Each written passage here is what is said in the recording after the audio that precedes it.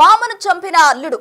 ఈ ఘటన విజయనగరం జిల్లాలో చోటు చేసుకుంది. విజయనగరం జిల్లా కెరటల్లో మేనల్లుడు మామను చంపిన ఘటన గ్రామస్తుల్లో తీవ్ర అనుమానాలు రేకెత్తిస్తుంది అని చెప్పుకోవచ్చు. అయితే మేనమామ భార్యతో రిలేషన్షిప్ పెట్టుకున్న విషయాన్ని రాఖీ రోజు మద్యం మత్తులో అల్లుడు మేనమామకు చెప్పేయడం జరిగింది. దీంతో వారిరువురి మధ్య కూడా తీవ్ర వాగ్వాదం చోటు చేసుకుంది. అయితే ఇద్దరి మధ్య గొడవగా మారిన క్రమంలో మేనమామను హతమార్చాడు మేనల్లుడు సాయి మామను హతమార్చాడు. అతతో రిలేషన్షిప్ సంగతి చెప్పేయడంతో వారి ఇరువురి మధ్య వాగ్వాదం చోటు చేసుకుంది. దీంతో మామను చంపేశాడు. ఆ తర్వాత ఇంటికి వచ్చి సాధారణ మనంగా చిత్రీకరించే ప్రయత్నం చేశాడు. కృష్ణ మృతికి సంబంధించి గ్రామస్తులు తీవ్రమైన అనుమానాలు కూడా వ్యక్తమవుతున్నాయి. అయితే మామను చంపడం ఏంటి, అతతో రిలేషన్ ఏంటి అన్న విధంగా కూడా గ్రామస్తులు అనుమానాలు రేకెత్తిస్తున్నారు. అయితే అప్పుల కృష్ణ అంత్యక్రియలు కూడా పూర్తి చేయడం జరిగింది. కృష్ణ మృతికి సంబంధించి గ్రామస్తులు అనుమానాలు వ్యక్తం చేస్తున్నారు. పోలీసులకు ఫిర్యాదు చేశారు. మృతుడి డెడ్ బాడీ తీసి పోస్ట్ మార్టం చేస్తూ ఉన్నారు. కృష్ణ హత్యలో భార్య పాత్రపై అనుమానాలు కూడా వాళ్ళు వ్యక్తం చేస్తున్న పరిస్థితి నెలకొంది. అయితే నిందితుడు సాయి ప్రజెంట్ పరారీలో ఉన్నాడు. సాయిపై విశాఖలో పలు ఆరోపణలు కూడా ఉన్నాయి. దీంతో మేనమామ దగ్గరకు సాయి రావడం జరిగింది. అంటే విశాఖపట్నంలో అతను ఉంటున్న సమయంలో పలు ఆరోపణలు ఉన్న క్రమంలో మేనమామ దగ్గర వచ్చి విజయనగరంలో సాయి స్టే చేస్తూ ఉన్నారు. ఈ క్రమంలోనే అతతో ఇలీగల్ రిలేషన్షిప్ పెట్టుకున్నాడు.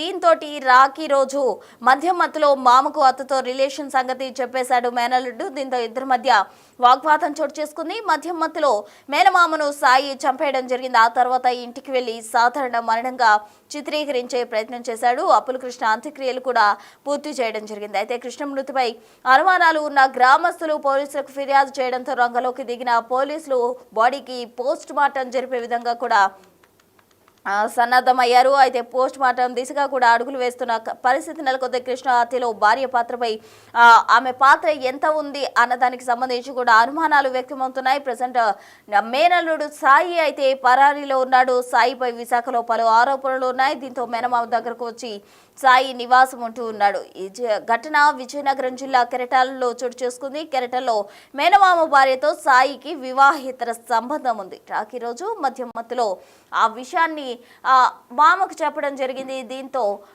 మామ మేనల్లుడు మధ్య తీవ్ర వాగ్వాదం చోటు చేసుకుంది. ఇద్దరి మధ్య వాగ్వాదం కాస్త తారాస్థాయికి చేరింది. దీంతో ఒక్కసారిగా మేనల్లుడు సాయి మామను హత్య చేయడం జరిగింది. ఆ తర్వాత వచ్చేసి దాన్ని సాధారణంగా మరణంగా చిత్రీకరించాడు. అంత్యక్రియలు కూడా జరిపించడం జరిగింది. అయితే అనుమానాలు ఉన్న గ్రామస్తులు పోలీసులకు ఫిర్యాదు చేయడంతో పోలీసులు పోస్ట్ మార్టం చేసే దిశగా కూడా అడుగులు వేస్తూ ఉన్నారు. అయితే ఈ కేసుకు సంబంధించి భార్య పాత్ర ఎంత ఉంది, హత్యలో ఆమె ప్రమేయం ఏమైనా ఉందా అన్న దానికి సంబంధించి కూడా పోలీసులు విచారిస్తూ ఉన్నారు. తాజా అప్డేట్స్ అందించేందుకు మా ప్రతినిధి శివశంకర్ సిద్ధంగా ఉన్నారు. విజయనగరం నుండి శివశంకర్. ప్రస్తుతం విజయనగరం జిల్లా బొండపల్లి మండలం కెరటంలో దారుణం చోటు చేసుకుని చెప్పుకోవచ్చు. అక్రమ సంబంధానికి మరో వ్యక్తి బలైన పరిస్థితి ఇటీవల మనం చూస్తున్నాం. అనేక విధాలుగా అనేక ప్రాంతాల్లో దేశవ్యాప్తంగా మనం చూస్తున్నాం ఏ విధంగా అక్రమ సంబంధాలకు భర్తలు బలవుతున్నారో. సో ఇది కూడా ప్రస్తుతం అలాంటిదానిగా మనం పరిగణించాల్సిన అవసరం ఉంది. సొంత మేనమామనే మేనలుడు చంపినటువంటి ఘటన. మేనలుడికి అక్కడ విశాఖలో నివాసం ఉంటున్నారు. వాళ్ళకి అక్కడ ఉన్నటువంటి ఏరియాలో ఏదో కొన్ని గొడవలు ఉన్నాయి. ఆ గొడవల కారణంగా ఎవరైతే చనిపోయినటువంటి చెల్లి కొడుకే ఈ సాయి అనే వ్యక్తి చంపినటువంటి వ్యక్తి. అయితే అక్కడ ఉన్న ప్రాబ్లమ్స్ కారణంగా తన చెల్లి మేనమామ దగ్గర అక్కడ ఉంటే నీకు బాగుంటుంది, ఇటువంటి గొడవలు ఉండవని చెప్పేసి మేనమామ ఇంటికి పంపిస్తే తన మేనతో అక్రమ సంబంధం పెట్టుకుంటే అక్రమ సంబంధం సుమారు 3 నెలల నుంచి కూడా అక్రమ సంబంధం నడుస్తుంది. అయితే ఈ విషయం ఇప్పటి వరకు కూడా ఎవరైతే మృతుడు కృష్ణ ఉన్నారో ఆయనకి ఇంతవరకు తెలియదు. ఆయన కొంత అమాయకంగా ఉంటాడు, ఏదో రోజువారీ పనులు చేసుకుని ఆయన బ్రతుకుతున్నటువంటి పరిస్థితి అయితే ఉంది. అయితే ఆయనకి ఈ విషయం తెలియకపోయినా కానీ రాఖీ పౌర్ణమి రోజున మద్యం పట్టించి మద్యం మత్తులో తన మేనమామకి నేను నీ భార్యతో అక్రమ సంబంధం పెట్టుకుని చెప్పిన తర్వాత ఇద్దరు కూడా గొడవ జరిగినట్టు తెలుస్తుంది. గొడవ జరిగినప్పుడు పేక నులిమి గొంతు నిలిమి చంపాడని అనుమానాలు కూడా వ్యక్తం అవుతుంది. ఆ విధంగా చంపేసి ఇంటికి తీసుకెళ్లి అత్త మాయ చనిపోయారని చెప్పిన తర్వాత ఎర్లీ మార్నింగ్ లేచాక అందరినీ నమ్మించి గ్రామస్తులు కూడా నమ్మించే ప్రయత్నం చేసి వెంటనే పెద్దగా ఎవరికి బంధువులకు కూడా చెప్పకుండా దహన సంస్కారాలు కూడా అప్పటికప్పుడు పూర్తి చేసేటువంటి పరిస్థితి. అయితే దీంతో గ్రామంలో చాలా మందికి అనుమానం వ్యక్తమైంది. అంతా ఎవరైతే హత్య చేశారో నిందితుడిని కూడా పట్టుకొని ఏం జరిగింది, అసలు రాత్రి ఏం జరిగింది, ఇద్దరికి గొడవ అయినట్టు తెలుస్తుంది, నువ్వేమైనా చంపావని అడిగితే నాకేం సంబంధం చెప్పేసి అక్కడి నుంచి పారిపోయిన పరిస్థితి. ఆ తర్వాత గ్రామస్తులకి అనుమానం వచ్చి అందరికి ఫోన్ చేసి పోలీసులు సమాచారం ఇచ్చే విధంగా జరిగింది. మాకు అనుమానం ఉందని చెప్పగానే ఇప్పుడైతే ఇలా గ్రామస్తులందరూ కూడా పోలీసులకు సమాచారం అందించారు. వెంటనే సాయి అక్కడి నుంచి పరారైపోయినటువంటి పరిస్థితి ఉంది. సో పోలీసులు ప్రస్తుతం సాయిని గాలింపు చర్యలు చేపడుతున్నారు పట్టుకోవడానికి. మరోవైపు మనం చూసుకున్నట్లయితే గ్రామంలో మరోసారి కృష్ణ డెడ్ బాడీని బయటికి తీసి పోస్ట్ మార్టం చేసే దిశగా కూడా ప్రయత్నాలు సాగిస్తున్నటువంటి పరిస్థితి ఉంది. Right Shivashankar, thank you. Krishna మృతికి గ్రామస్తులు ఫిర్యాదు చేయడంతో పోలీసులు రంగప్రవేశం చేశారు. రంగంలోకి దిగిన పోలీసులు డెడ్ బాడీని వెలికి తీసి పోస్ట్ మార్టం చేపిస్తున్నట్టు కూడా తెలుస్తుంది. అటు భార్య పాత్ర ఇందులో ఎంత ఉంది అన్న దానికి సంబంధించి కూడా పోలీసులు విచారణ చేస్తూ ఉన్నారు. మొత్తంగా ఈ కేసుకు సంబంధించి పోలీసులు దర్యాప్తు వేగవంతం చేస్తున్నారు అని చెప్పుకోవచ్చు. అలాగే నిందితుడు సాయిని పట్టుకునే దిశగా కూడా పోలీసులు అడుగులు వేస్తున్న పరిస్థితి నెలకొంది. మొత్తంగా మృతుడి డెడ్ బాడీ తీసి పోస్ట్ మార్టం చేస్తున్నారు. భార్య పాత్రకు సంబంధించి కూడా పోలీసులు ఆరా తీస్తూ ఉన్నారు. సాయిని త్వరలో పట్టుకుంటామంటూ కూడా పోలీసులు చెప్పడం జరిగింది. మొత్తంగా ఈ ఘటన విజయనగరం జిల్లాలో సంచలనంగా మారింది అని చెప్పుకోవచ్చు.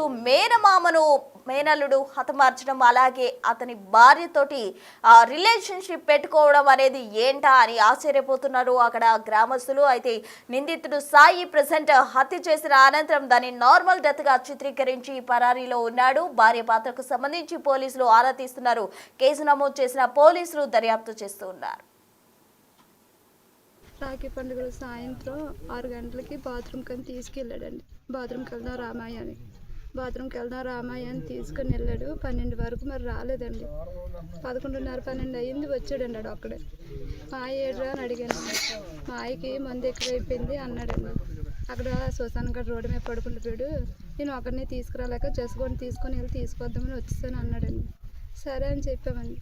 అన్నంత అండండి. మా బాబు నాన్నమేమండు వేసి తినేసాడు. తిన్న తర్వాత ఆ రోజు వచ్చి మీ డాడీని తీసుకొచ్చేద్దామని తీసుకొని వెళ్ళాడండి.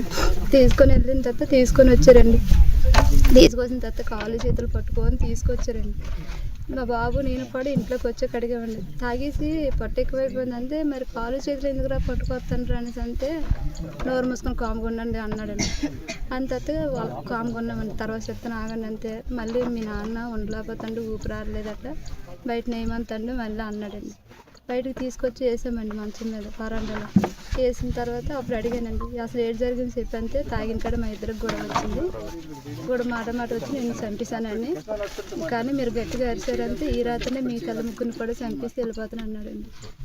సరే మేము కాము ఉండిపోయామండి. తెల్లవారులు వేసి మా వీధిలో వాళ్ళందరూ వచ్చి అడిగారండి. అడిగేసాడితో గొడవాడుతుంటాడు. గొడవాడి నువ్వే చంపావు, నువ్వు 6 గంటలకు తీసుకెళ్ళడం మేము చూసాము. రాత్రి 9 అయినప్పుడు మా ఊరిలో ఎవరో చూసారండి ఇక్కడ తాగడం. మీరు రాత్రి 9 గంటలకు ఆ రోడ్డు మీద చూసాను ఇక్కడ తాగడం కూడా మేము చూసాము అని చెప్పారటండి. చెప్పితే అందరికీ నా మీద డౌట్ రావడమే కాదు, కన్ఫర్మ్ అయిపోయింది నేనే చంపానని తెలిసిపోయింది. నువ్వు కానీ నీ కొడుకని ఎవరు అడిగినా మందు తాగాడు, బాగులేని దాని మీద చచ్చిపోండి అని చెప్పండి, నేనే చంపానని చెప్తే మాత్రం హాస్టల్కి వెళ్ళి నీ కూతుర్ని చంపేస్తున్నా అన్నాడండి. అందుకే నేను భయపడి మరి నోరెప్పలేదండి. నా కూతుర్ని ఎటు చేసేదండి. అప్పుడు వస్తాడు ఆ అబ్బాయిని పొడుస్తాడండి. వాళ్ళ ఫ్రెండ్ని ఎవరిను సంవత్సరమో 10 నెలలు అవుతుంది పొడుస్తాడండి. పొడిచిన తర్వాత వాళ్ళ అమ్మ మాకు చెప్పింది మా ఇంటికాడ ఉంచండి ఆ కేసు ఏదో అయినంత వరకు మీ ఇంటికాడ కొన్నాళ్ళు ఉంచండి అన్నదండి. సంవత్సరం పెట్టి ఇక్కడ ఉన్నాడు. ఆ కేసుకి వాళ్ళ అమ్మ డబ్బులు అవి కట్టుకుంది. ఆ కేసు తేలిపోయింది. కానీ అక్కడికి వస్తే గొడవలు ఏమంటాడు, ఏ పనికి పాడికి వెళ్ళకంటే ఇక్కడే ఉన్నాయండి అని అంతే. ఇక్కడే ఉంచండి, కొన్ని రోజులు అక్కడికి వెళ్తారు, కొన్ని రోజులు ఇక్కడ ఉంటారు, అలాగ ఉంటుండండి. అలాగైతే మా ఆయన గారికి మా ఇద్దరికి రిలేషన్ ఉందని మా ఆయనకి తెలిసినట్టుంది. మరి దేని గురించో తెలియదు. ఇంట్లోనైతే గొడవ ఆడుకోరు, ఎప్పుడు మందు తాగిన కూడా బయట గొడవ ఆడుకుంటారు. ఆ గొడవ ఆడుకుని ఊర్లోనే మందు తాగిన కూడా గొడవ ఆడుకుంటుంది. గొడవ ఆడుకున్న తర్వాత ఊర్లో నుంచి మా ఆయన ఎంటలు పెట్టి వచ్చాడండి. శుభ్రంగా రక్తాలు వచ్చినట్టు కొట్టాడు. మా పాప మెచ్యూర్ అయిన తర్వాత 6 నెలలు మా పాప మెచ్యూర్ కారు అయింది. 20వ తారీఖున 18వ తారీఖున ఊర్లో తాగిన కానీ నుంచి ఎంటలు పెట్టుకొచ్చి శుభ్రంగా కొట్టాడండి. రక్తం వచ్చినట్టు. మా మరిది ఎర్రోడండి. మా మరిది అడ్డుకుంది. మా మరిదిని కూడా కొట్టాడండి. ఆ రోజు ఇంటికాడికి వచ్చిన తర్వాత ఆ రోజు చెప్పాడండి, నిన్ను నీ అవసరాలకి అవసరం ఉన్నప్పుడు నన్ను పిలిచిపడివి, ఇప్పుడు అవసరాలు తీరిపోతేప్పుడు నీ కూతురు పెళ్ళని కానీ మీ ఇంటికాడ సేవలు చేసి మీ ఇంటికాడ మీ వెనకాల తిరిగాను, ఇప్పుడేమో నన్ను నిలుపమని నన్ను తగులు ఆడుతున్నావు అని చెప్పి నిన్నైతే నేను బతకనవు నేను చంపేస్తాను అన్నాడండి. ఈదిలోనే అన్నాడండి. కాకపోతే ఏదో కోపంలోనే తాగేసిన మాత్రం ఏదో అన్నాడు అనుకున్నామండి. మేము నిజంగా చేస్తాడు అనుకోలేదు. మా ఆయన కూడా అనుకోలేదు, నేను అనుకోలేదు. అంతేనండి.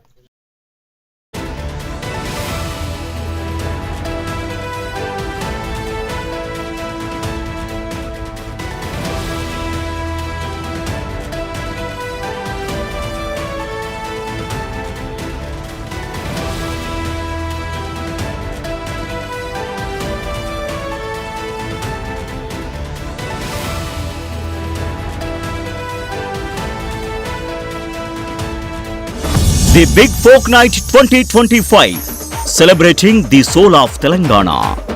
ఆగస్టు 23 సాయంత్రం 6 గంటల నుండి ఎల్బీ స్టేడియంలో. టికెట్స్ బుకింగ్ కోసం ఎంట్రీవాలా యాప్ను డౌన్లోడ్ చేసుకోండి.